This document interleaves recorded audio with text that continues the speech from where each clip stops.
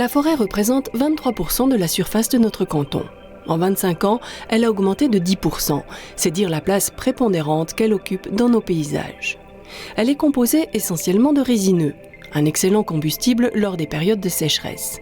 Le Valais est donc une zone à grand risque en matière d'incendie, surtout au printemps et en automne.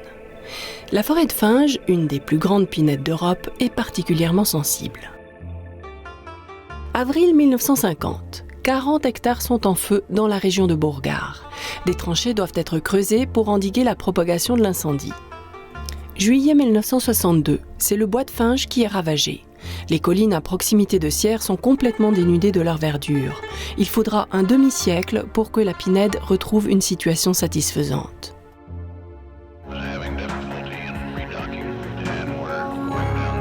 C'est à 15h dimanche dernier que la police municipale de Sierre était alarmée pour un feu repéré dans le secteur de l'Ermitage. À ce jour, le sinistre n'est pas totalement résorbé, même si tout semble être bien maîtrisé. On ne connaît toujours pas les causes.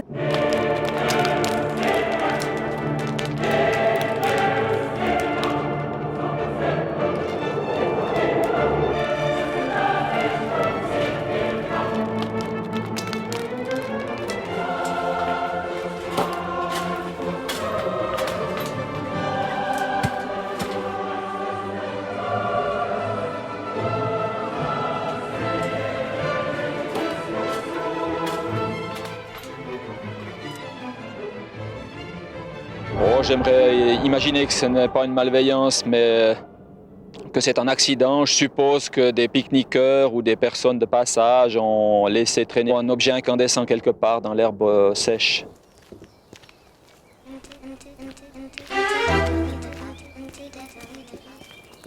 Vous disiez, j'aimerais imaginer que ce ne soit pas de la malveillance, que ce soit un accident. Est-ce qu'on connaît l'origine de l'incendie ? Non, l'origine n'a jamais été vraiment définie, mais on suppose que c'est une cigarette qui a été lancée d'une voiture au niveau de l'Ermitage, au bord de la route cantonale, en plaine, et cet incendie s'est développé rapidement grâce au fun qui soufflait ce jour-là à près de 100 km/h par bourrasque. Michel Schlefly est le garde forestier de la région de Sierre et environ. Il a été très impliqué dans la coordination de la lutte contre cet incendie. Ces dégâts, détruisant des années d'un intense labeur d'entretien de cette zone, sont un crève-cœur pour lui. Je dois vous dire, en tant que forestier, je ne l'ai pas très bien vécu. C'était une petite catastrophe, voire pour moi une grande catastrophe. Je m'occupais de ces forêts depuis près de 20 ans. Et le travail qu'on avait mis dans ces forêts pour les développer, les mettre à jour était conséquent. Et c'est tout un secteur qui avait été travaillé durant ces 20 dernières années et qui a été touché. Un hiver particulièrement sec, un feu très violent, les conditions idéales étaient réunies pour qu'une simple négligence dégénère en drame. L'alarme fut donnée vers 15h. Ce qui devait être un début d'incendie rapidement maîtrisé au-dessus du dancing l'Ermitage s'est transformé en catastrophe. Poussé par le feu, le brasier a essaimé sur le coteau depuis l'Ermitage jusqu'à Brie. Encouragés par la violence du vent, les foyers ont rapidement pris de l'ampleur pour ravager une impressionnante surface. Vers 16h30, l'intensité était à son comble, avec par endroits des flammes hautes de plusieurs dizaines de mètres. Les flammes ont de plus provoqué un court-circuit mettant une ligne électrique hors d'usage, coupant l'électricité dans une partie de Chipis.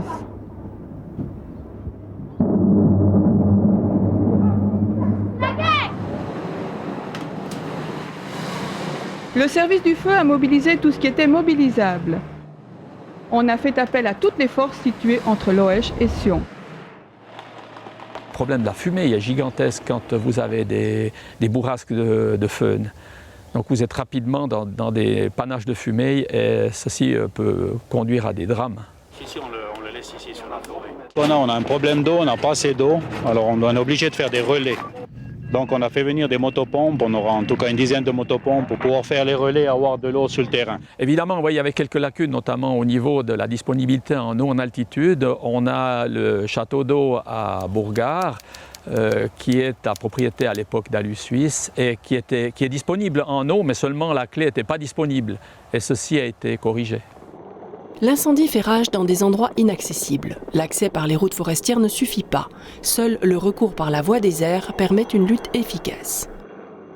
ne pouvez rien faire sans hélicoptère dans un incendie de forêt. C'est dans les incendies de forêt le seul appareil susceptible de pouvoir le circonscrire en un temps limité.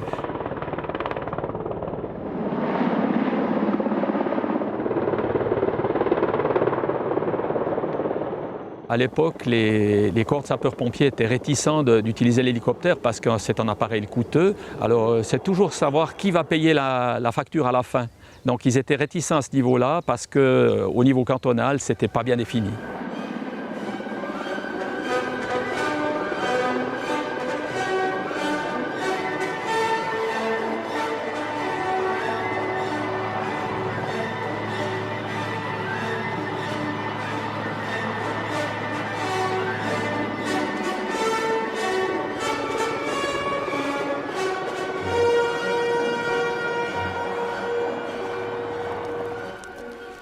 La nuit tombée réduit les activités aériennes.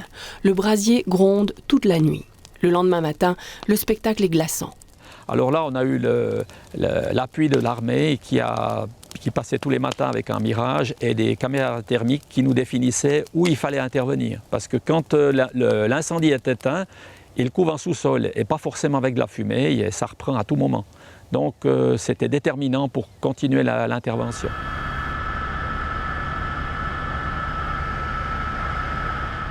Alors on voit très bien après un incendie, effectivement c'est relativement choquant, on voit c'est carbonisé, on a effectivement un paysage qui est totalement changé, donc très rapidement on aimerait penser les blessures, mais au bout d'un moment la nature reprend ses droits et puis d'une façon peut-être différente au départ, mais avec de nouveau des éléments qui peuvent de nouveau être perçus comme esthétiques.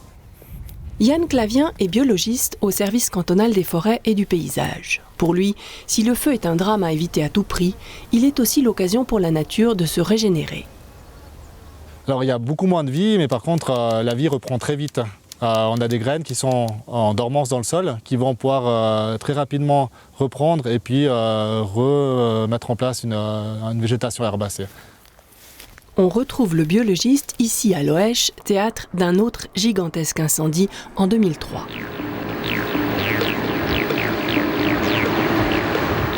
Cette édition d'Actu.vs portera principalement sur les centaines d'hectares de forêts brûlées sur les hauts de Loèche.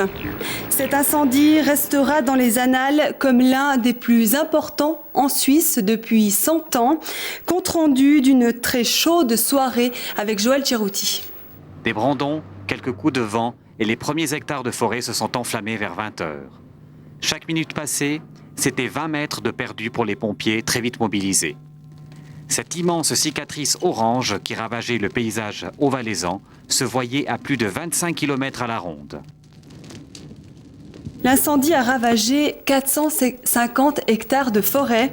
Ce sinistre entre du coup dans les annales comme l'un des plus importants de Suisse depuis 100 ans. Le drame, il est souvent lié à l'humain, à la nécessité de protéger les infrastructures et la population humaine. Donc c'est à ces moments-là qu'on se rend compte aussi de tout le bénéfice, tous les services que peut rendre la nature et la forêt en particulier vis-à-vis des êtres humains. Le terrain menace et avec la neige et le dégel, la zone ne deviendra que plus instable. Ce rocher devant nous est une vraie menace. Il représente plus de 3 mètres cubes. Avant, il était retenu par des racines, par de la terre, de l'humus. Et aujourd'hui, il n'y a plus rien du tout. Cette forêt, maintenant complètement dévastée, ne remplit plus sa fonction pour éventuellement retenir un bloc comme celui-ci, ou bien au moins de le dévier, le départager. Et la situation aujourd'hui est vraiment dangereuse.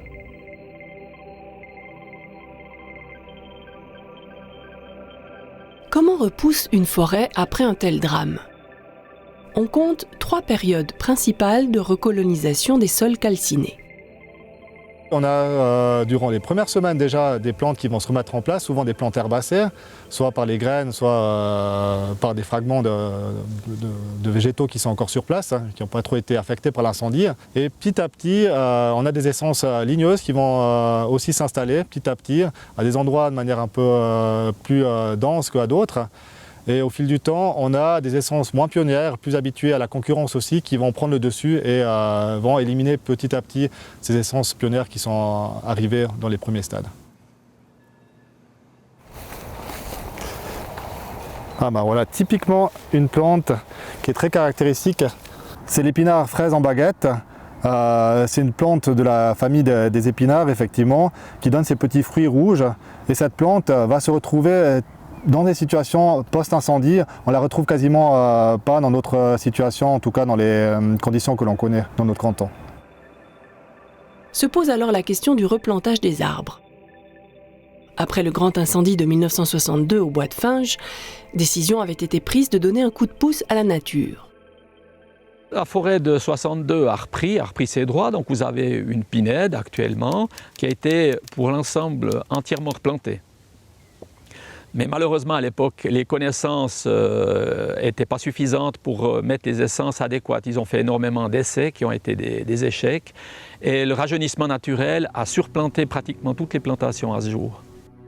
Ici, sur le coteau de l'Ouèche, par exemple, après 15 ans, on a une forêt qui n'est pas du tout installée. Par contre, on a un milieu qui est très ouvert, très agréable, très fleuri. Du côté du Gorvetch, la situation est différente. On remarque qu'il y a une reprise de végétation qui peut être un petit peu plus avancée, plus rapide. Mais il faudra laisser le temps pour effectivement que la végétation, que les arbres, la forêt reprennent la morphologie qu'elle pouvait avoir autrefois.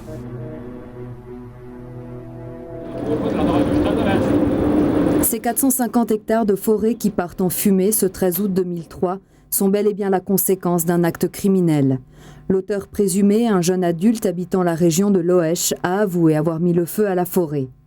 Au début du mois de septembre, l'homme a été arrêté et placé en détention préventive.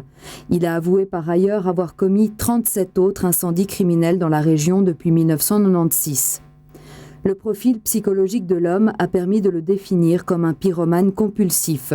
Une procédure pénale a été ouverte par le juge d'instruction du Haut-Valais. On n'est malheureusement pas à l'abri de personnes pour qui jouer aux allumettes est une pathologie. Mais un moment d'étourderie peut également prendre des proportions dramatiques. Les incendies peuvent toujours se développer dans ces secteurs-là. On en a eu un il y a quelques années en arrière, très limité, mais également dû à une cigarette d'un jeune homme qui l'avait lancé en bordure d'un sentier pédestre et qui nous a brûlé 3000 m². Donc il faut être très attentif, spécialement au printemps. Et le canton s'est occupé d'établir une carte des dangers d'incendie et qui définit des étapes où on peut faire de la grillade en forêt ou on ne peut pas la faire. Donc à partir d'un certain niveau d'alerte, plus aucun feu n'est autorisé en forêt, même dans les places à pique-nique. Donc ça nous aide énormément. Les dégâts dus aux incendies prennent très vite des proportions incontrôlables et détruisent un biotope rare pour plus d'un siècle. La forêt de Finges est classée en parc naturel depuis 2005. Elle abrite des espèces animales et végétales qu'on ne croise nulle part ailleurs. La préserver des flammes doit donc être une préoccupation constante. Est-ce que la forêt elle était mieux avant ? Mieux avant, on ne peut pas le dire. Non, c'est tout à fait différent. On a une autre forêt, une autre faune, une autre flore et une autre dynamique. On ne peut pas dire que c'était mieux avant. On a une forêt et c'est ça l'intérêt et l'essentiel. Ce qu'il faut peut-être se rappeler, c'est qu'au même titre qu'on leur dit aux enfants qu'il ne faut pas jouer avec le feu, mieux vaut pas ne jouer avec la nature non plus.